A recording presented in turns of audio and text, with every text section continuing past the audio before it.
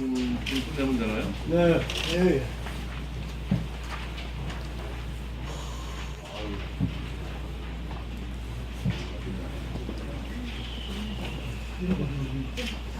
기자회견문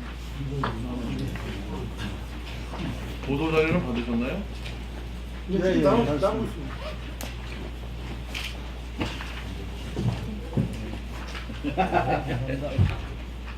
이게 얌전하게 가까이.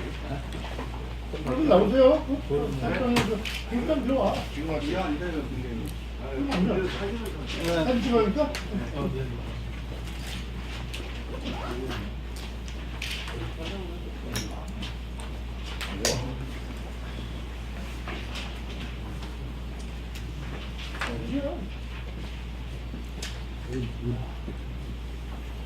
저 포런 옷 입은 친구한테 그렇죠.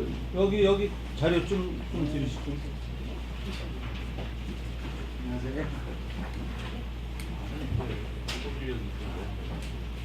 그럼 제가 사진 촬영을 위해서 어제 경기도청하고 국회 정론관에서 기자회견을 한 내용을 앞부분만 조금 읽고 그 다음에는 제가 자연스럽게 말씀을 드리도록 하겠습니다.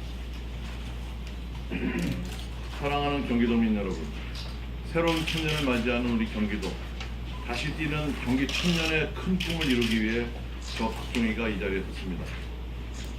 포천 산골에서 태어나 경기도 출입기자를 거쳐 수원에서 정치를 시작했던 저 박종희가 역사 앞에 경건한 마음으로 오늘 경기도지사 출마의 대장정을 시작하려고 합니다. 경기도는 죽어가고 있습니다. 수도권 정비법, 군사보호구역, 상수원 보호구역, 개발제한구역 등으로 겹겹이 쳐놓은 규제 법령으로 꽁꽁 묶여 있습니다. 첨단 기업과 제조업이 들어서야 할 경기 남부는 기업들의 외국 탈출로 빈 껍데기가 되고 서울의 베드타운으로 전락했습니다. 일자리는 줄어들고 청년은 꿈을 잃고 여성은 성차별과 경력 단절에 울고 조기퇴직한 장년층은 시리에 빠져 있고 노년층은 내일의 희망을 잃어가고 있습니다. 경기도의 빈곤지도는 점점 넓어지고 있습니다. 규제와 차별이 지긋지긋한 경기 북부 도민들은 차라리 분도를 해달라고 절규하고 있습니다. 대한민국이 표류하고 있습니다. 대책 없는 최저임금 인상으로 기업 활동은 위축되고 소상공인과 자영업자는 쓰러지고 청년 실업은 갈수록 악화되고 있습니다. 문재인 정부 들어 양극화는 점점 더 심해지고 인구 절벽의 해결책은 보이지 않습니다. 국가의 권력만 믿고 시장 경제를 무시하면서 아마추어 포퓰리즘 정책을 남발하고 있습니다. 줏대 없는 남북관계와 통일 정책에 국민들은 분노하고 있습니다. 지금 당장 대한민국과 경기도를 바꾸지 않으면 미래는 없습니다. 저 박종희가 반드시 바꾸겠습니다. 여기까지만 하고요. 제 소개를 간단히 드리겠습니다. 1960년도에 영동면 운천리 321번지, 이게 제 본적입니다. 여기서 태어나서 운천에 있는 우남초등학교를 졸업하고 포천중학교 25회 졸업하고 수원으로 가서 이 자치하숙하고 하면서 수원고등학교를 졸업했습니다. 경희대학교 무역학과를 졸업한 이후에 경기일보 편집부 기자로 입사를 해서 4년간 경기일보 기자생활을 하다가 92년도에 동아일보로 옮겼습니다. 그래서 동아일보에서 경기도청, 경찰청, 교육청, 수원지방법원, 검찰 이런 31개 시군의 경기도 주재기자로서 활동을 하다가 2000년 2월 11일 동아일보를 퇴직하고 2000년 4월 13일 제16대 국회의원 총선에 출마를 해서 그때 나이가 만으로 39인데 국회의원에 당선이 됐습니다.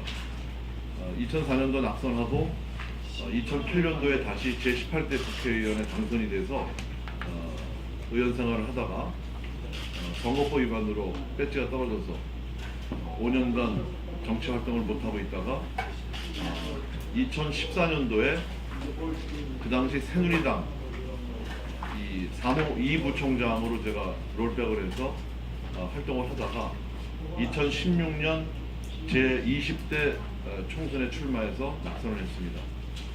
20대 총선에서는 제가 총선 공천관리위원을 했는데 친박의 무리한 공천 때문에 저도 뭐 쓰나미처럼 낙선을 했고요.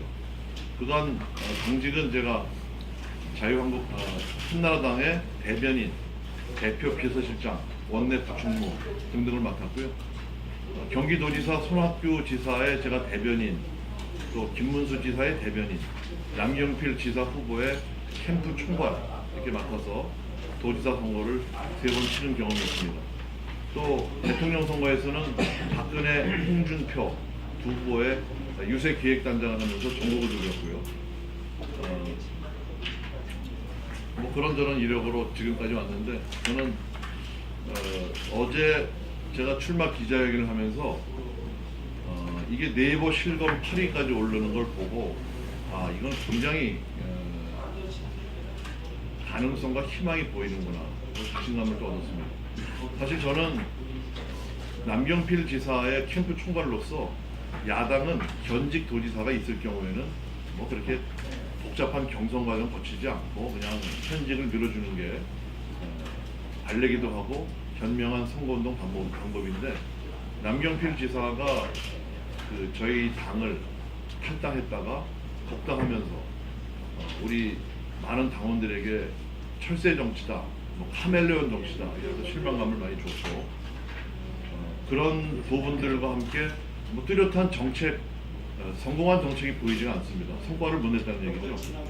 그리고 연정이라는 걸 폈는데 연정이라는 것이 정책 연정이 아니고 사람 연정을 하다 보니까 자기 도지사 편하게 하기 위해서 연정을 한 거 아니냐 이런 당의 지적이 많았습니다. 능력 있는 사람을 뽑아서 일을 시키는 게 진정한 이 유럽식 연정이고 또 소수 정당이 이 거대한 이 권력을 끌고 가려면 야당하고 여당하고 서로 협조를 해야 되는데 남경필 연정은 그냥 자기 도지사 편하게 하기 위한 그 이상도 그 이하도 아니다 이런 생각이 들었고요. 또 뭐 남경필 지사 뭐 가족사 문제는 여러분이 잘 아니까 제가 언급은 안 하겠습니다.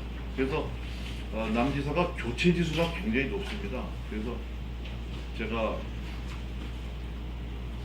누군가 경기도를 끌고 갈 사람이 있나 하고 좀 찾아보러 다니다가 왜 박정희 당신이 나오지 그러냐. 그래서 제가 어떻게 얼떨결에 시작을 하게 됐는데요. 사실 저는 당에서 그동안 꾸준히 일만 맡아서 했습니다. 제가 한 번도 국회의원 선거 빼놓고 당 내외 선거를 출마한 적이 없습니다. 그런데 이런 도지사를 맡게 된 도지사 후보를 예비 후보를 제가 시작하게 된 게 어떤 역사적인 소명이고 숙명이 아닌가 이렇게 생각하고요. 제가 당선이 되면은 언론인 출신의 제1호, 정통 언론인 출신으로서는 제1호고 특히 경기 북부 출신으로서는 최초의 이 도지사가 된다 하는 그런 자부심을 갖고 오늘 어제 제가 기자회견 하고 오늘 오전에 저희 아버님을 비롯한 그 선영이 있는 영등면 이 선영을 찾아서 아버님께 인사드리고 그리고 포천시청 기자실에 제가 처음으로 달려왔습니다. 포천에서 잘 만들어 주실 거죠? 이제 앉으시죠. 의자는 이렇게 놓고 여기 앉으시죠. 또 저기 한 회장이 옆에 앉아. 공천끼리 앉아. 공천끼리 앉아. 이러세요? 일로 앞으로 오세요. 김영희하니까 앞에 앉아요. 이제 이거 몇 번째 하신 거잖아요. 또 pension을 선택하신 이유가 또 있어요. 굉장히 일로 오셔. 수구 초심이라고 그러죠. 이 여우도 죽을 때는 고향 머리를 보고 죽는데 저는 중학교 졸업하고 이후에 한 번도 포천 사람이라는 걸 제가 잊어버린 적이 없어요. 그리고 자부심을 갖고 있고 여러분도 잘 아시겠습니다만 이한동 총리님이 16대 국회 때 총리를 하셨거든요. DJP 연합으로. 제가 그때 대정부 질문했는데 참 감격스럽더라고요. 저희 아버님은 운천에서 단위 농협 조합장을 하셨어요. 농사를 지시면서 그때 그 농협 조합장이 이진호 조합장, 포천 군수 하셨던, 그리고 국회의원이 오치성, 그 옛날에 달력 한 장에 12달 있고 국회의원 사진 큰 사진이잖아요. 제가 오치성을 보면서 야, 참 대단한 분이다 라고 생각했는데 살다 보니까 제가 그 비슷한 사람이 됐어요.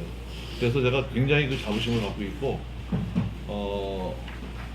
오치성 의원님 돌아가실 때도 제가 상가를 갔었고, 또 김용채 의원님은 아드님을 정치시키려고 제가 20대 총선 때 저를 한번 찾아오셔서 아드님 얘기 말씀하셨고, 또 그 국민의당의 박선숙이라고 있죠? 예. 박선숙 의원, 걔가 저하고 우남 영북초등학교죠. 영북초등학교 3, 4, 5학년을 같이 다녔습니다. 같은 반에서. 어떤 의원들이 여기 박선숙 의원도 여기 출신이에요. 네. 3, 4, 5학년을 같은 반에서 다녔어요. 세 학급 있는 학교인데 같은 반을 했으니까는 그 박선숙이가 청와대 대변인 할 때 제가 한나라당 대변인을 했습니다. 그러니까 포천이 그 정도로 저력이 있는 도장이죠. 그래서 저는 수원에서 이 산소를 오거나 온천에 어른들 인사 포천에 올 때 그 뻥 뚫린 이 4차선 국도를 타고 오면서 굉장히 제가 자부심을 느끼고 있는데, 언제부턴가는 우리 포천이 조금 뒷전이다. 산종호수도 조금 부정 같지 않고, 또 활기찬 맛도 좀 안 보이고, 뭐 화력발전소가 뭐 좋은지 나쁜지는 저는 뭐 말씀 안 드리겠습니다만 일단 공기는 나쁘게 만들어서 포천의 이 대기 오염 지수가 경기도에서 꼴찌다 하는 얘기를 보면서 저는 참 포천을 제가 도지사 되면은 특단의 대책을 가지고 발전을 시켜야 되겠다, 이런 사명감을 갖고 있습니다. 저는 정말 이 포천 출신이라는 게 굉장히 자랑스러워요. 그리고 왜 이제 이거 쓰지 마시고 오브 더 레코드로 수원 가면 터세 있잖아요, 어디 가나. 처음에 저 고등학교 때 그 학교 깡패 이런 놈들한테 줘 맞고 그냥 엄청나게 그 포천 촌놈이라고 일로 와봐라 해서 여러 명이 때리니까 뭐 당연할 수가 없잖아요. 저도 뭐 저 싸움도 좀 하고 그러는데 제가 포천 중학교를 5등으로 졸업을 했어요. 그래서 저희 때 1등 했던 최윤기라는 친구가 수원고등학교 가서 경기도 예비고사 수능을 했어요. 그래서 그렇게 이제 우수한 자원들이고 그랬었는데 수원 가니까는 이 촌놈이라고 이 뺑뺑이 돌리더라고요. 그리고 제가 또 자부심 느끼는 게 좀 커서 보니까 이제 국회의원도 당선되고 커서 보니까 포천 출신이 농협은 또 꽉 잡고 있더라고요.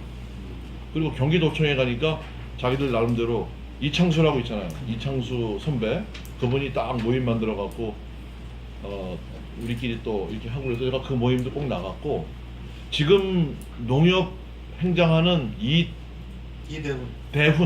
이대훈 씨가 포천 출신인 거 아시죠? 농협은 행장. 이게 포천에 인물이 많습니다. 근데 도지사만 만들면은 그 마지막 퍼즐이 딱 나는 거예요. 완성되는 겁니다, 이제. 아니, 포천에 인물이 그렇게 많은데 포천은 왜 인물형이에요? 발전을 안 하고 계속 거꾸로 가고 서로 시비질 풀고. 네, 포천뉴스 양상혁 기자입니다. 지금 포천에 그 환경오염 시설이 많고 발전소도 많다고 말씀드렸잖아요. 경기도지사가 되신다면 특단의 대책을 펼치시겠다고 말씀하셨는데, 저희 시 입장에서는 제가 알기로는 단속 권한이 경기도에 있지 않습니까? 우리 시는 실질적인 단속 권한이 별로 없어요. 그 특단의 대책이라는 게 도의 단속 권한을 시에 이양한다든지 그런 방법을 생각하고 계십니까? 그건 제가 법이 어떻게 되는지 모르겠는데, 네. 행정행위는 이제 법에 의해서 시작이 되는 거니까 좀 법을 좀 검토해 보겠고요. 지금 우리가 이 경제적인 수준은 어느 정도 올라와 있다고 생각해요. 이제 중요한 거는 삶의 질이거든요. 화력 발전으로 얻는 경제적 이득이 아무리 크다고 해도 먹는 물이나 숨 쉬는 공기가 오염되어 있다면 그거는 잘못된 정책입니다. 문을 닫아야 되는 거예요, 그건. 당장. 잠시라도 희생을 할 수가 없는 거예요, 그건. 그런 부분에서 우리 상원 양상원 기자님 말씀하신 대로 그거는 제가 경기도에서 단속권을 갖고 있는데 자주 와서 들여다보지 못한다 그러면은 네. 포천시청에다가 이양을 해야 되는 게 맞는 거죠. 그러니까 근데 법은 어떻게 되는지 모르겠어요, 제가. 그러니까 법이 그렇다면 공약사항으로 그걸 제시하겠냐. 그렇습니다. 예. 지금 정치 공식적으로는 화력발전소라는 단어를 안 써요. 집단 에너지 시설로 돼 집단 있는데 에너지설은 이제 말을 좋게 그치? 하는 거고 예, 화력발전소지 뭐 그게. 발전소를 불 때 갖고 하는 게 화력발전소지 뭐 물로 하면 수력발전소고. 대부분의 정치인들이 다 그 단어를 안 쓰거든요. 자기들이 책임이 있으니까 안 쓰겠죠. 제가 좀 말씀드리겠습니다. 저는 포천일보 하승환입니다. 네. 조금 전에 이제 선언문에서도 경기 북부 그 낙후성에 대해서 말씀을 많이 하셨어요. 그리고 특히 포천 연천은 수도권이면서도 그 수도권답지 않는 아주 낙후된 도시라고 이렇게 보여집니다. 그래서 우리 도지사로 당선이 되시면 특단의 대책 이게 좀 필요해 보입니다. 혹시 여기에 관한 어떤 보관을 가지고 계신지 좀 듣고 싶습니다. 이 과부 사정은 호랍이가 한다고 아무리 정치인, 뭐 교수, 관료들이 경기 북부의 가난과 규제에 대해서 얘기해도 직접 경험해보지 못한 사람은 모르는 거예요. 제가 잘 헷갈렸습니다. 제가 기자 생활을 하면서 현장을 발로 뛰면서 그 사정을 잘 알고 경기도청 출입기자를 하면서 성공한 도지사와 실패한 도지사도 제가 봤고 그 사람들이 맨날 와서 장밋빛 공약 내던지고 가면은 5년 10년이 지나서도 실천되는 거를 못 보고 그러고 제가 국회의원 되지 않습니까? 국회의원 돼서 중앙정부에서 이런저런 정책을 펴고 예산을 짜고 법을 만들고 하면서 많이 봤거든요. 경기 북부는 규제 때문에 발전을 못하는 거예요. 수도권 정비 계획법에 따라서 전체가 다 묶여 있고 군사 보호구역이 지금 경기도 면적이 한 5분의 1쯤 되나 그럴 거예요. 제가 정확한 데이터는 모르겠는데 근데 그게 대부분 연천, 포천, 양평 이쪽 아닙니까? 파주, 김포 그리고 여기는 상수원 보호구역이 한탄강 유역만 약간 있죠. 그리고 나머지 상수원 보호구역, 그린벨트 이게 규제가 되기 때문에 발전이 안 되는데 이 규제는 도지사가 못 풉니다. 역대 도지사들은 규제 푼다고 그러는데 규제는 그 법에 의해서 풀어야 되는데 권한이 없어요. 규제를 어떻게 푸냐? 정치력으로 풀어야 되는 거예요. 제가 정치력 있지 않습니까? 저 재선인데 법 없이 도지사 나오는 거 보면은 정치력 좀 있어 보이잖아요. 깡다구가 좀 있나? 하여튼 그런 정치력을 풀어야 되는데 그런 정치력으로 풀 수 있는 게 저라고 생각하고요. 군사보호구역 푼다면 이거 얘기해야 되나? 지금 육군참모총장 김용우 대장이 제 사촌 매제예요. 네. 거기 이제 있는데 뭐 딴 사람보다 잘 풀 거 아니에요. 군사보호구역 대화가 잘 될 거 아니에요. 그 사촌 여동생이 철원에서 어렵게 학교를 다녀서 국군사관학교 거기 졸업해서 그 김용우하고 만나갖고 결혼을 한 거예요. 그래서 이제 사촌 매제가 됐는데 김용우 장군이 김용우 육군참모총장하고 이런 인연도 있고 또 제 친구들이 지금 군에 있는 친구들이 많이 있어요. 아직까지 예편했죠. 대부분 육사 38기가 예편을 했는데 이런 사람들 그 다음에 제가 뛰어다니면서 상황 파악을 잘해서 이 군사보호구역이라는 게 한번 묶어놓으면 풀기가 힘들거든요.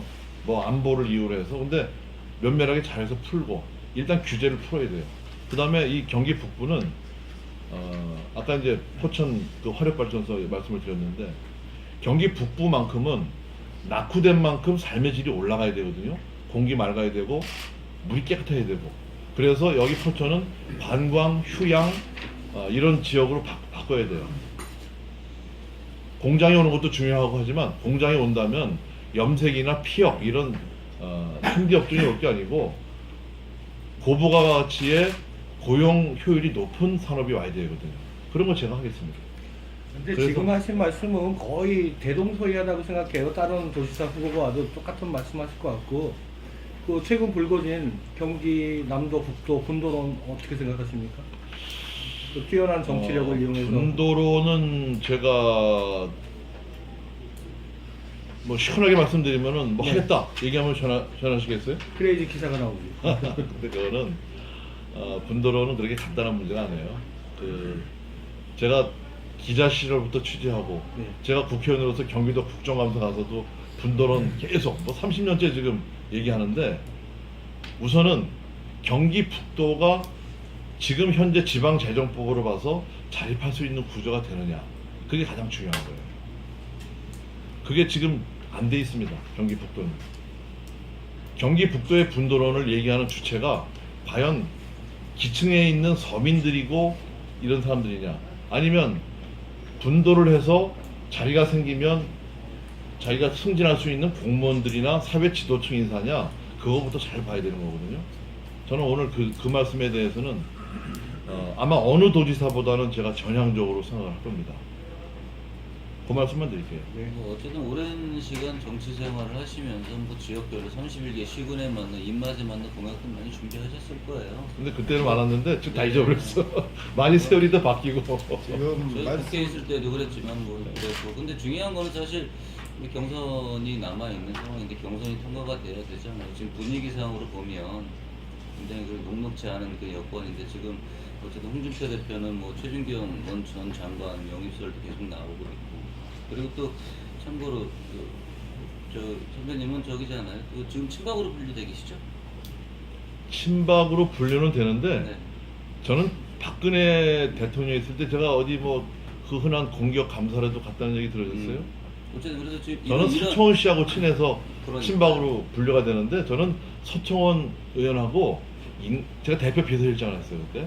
그래서 인간적으로 친하지, 서 대표하고의 정치적인 노선도 친박연대 만들 때도 제가 별로 안 갔고, 그러니까 저는 사실은 친박으로 보기는 조금. 이 경선 근데 남들은 부분에 친박으로 대해서, 불러요. 경선 부분에 대해서 어떻게 지금 경선? 예, 어떻게 보시는지. 제가 출마를 하게 된 게 이제 한 12월 말부터 슬슬 생각하기 시작해서 사실 결심한 거 얼마 안 됐어요. 근데 사전조사를 해보니까, 여론조사 하면은 제가 남경필 지사한테 많이 뒤지지 않습니다. 지금 좀 뒤져요. 한 5%포인트 정도 뒤지는데, 그거는 인지도가 낮기 때문에 뒤지는 거고, 제가 인지도만 좀 올라가면 저는 급속히 따라갈 거라고 자신합니다. 남경필 지사 교치 지수가 워낙 높아요. 아까 말씀드린 데 있잖아요. 여러 가지 이유로 탈당, 뭐 가족 문제. 그래서 저는 뭐 사실 예선은 좀 걱정도 안 해요. 그리고 최준경 장관은 출마 안 합니다. 그분은. 관료들은 상황이 좋을 때 꽃가마 태워줘야 나오지, 지금 이렇게 자유한국당 지지도가 바닥이고 이게 어떻게 올라갈 가능성도 보이지 않고 할 때는 절대 관료들은 안 나옵니다. 전략공천이라는 거는 정말 괜찮은 후보, 누구든지 동의할 수 있는 후보가 당협위원장들이 다 동의했을 때 전략공천이 되는 거지. 최준경 장관, 뭐 여러분들 최준경 장관 이름 이번에 들어보신 분 있어요? 인지도가 높습니까? 무슨 브랜드가 있습니까? 그리고 정치력이라는 거는 경기도 내 60개 당협위원장들인데, 의원을 포함해서 이걸 다 끌고 와야 되는데 그거 만만치 않아요. 그냥 꽃가마 타고 다니든 이 관료들이 할 수 있는 게 아닙니다. 그래서 저는 예선은 걱정도 안 하고, 본선에서 지금 이재명 시장이 워낙 지지도가 높고, 전해철 의원은 이제 민주당에서 조직적으로 좀 밀어주고 있어요. 두 사람이 아마 싸움이 볼만할 겁니다. 그 본선 대비할 수 있어요. 솔직히 말씀드리면 지금. 포천이니까 포천의 현안 문제에 대해서 한 가지만 더 질문드릴게요. 그제 송영무 국방부 장관이 포천에 오셨습니다.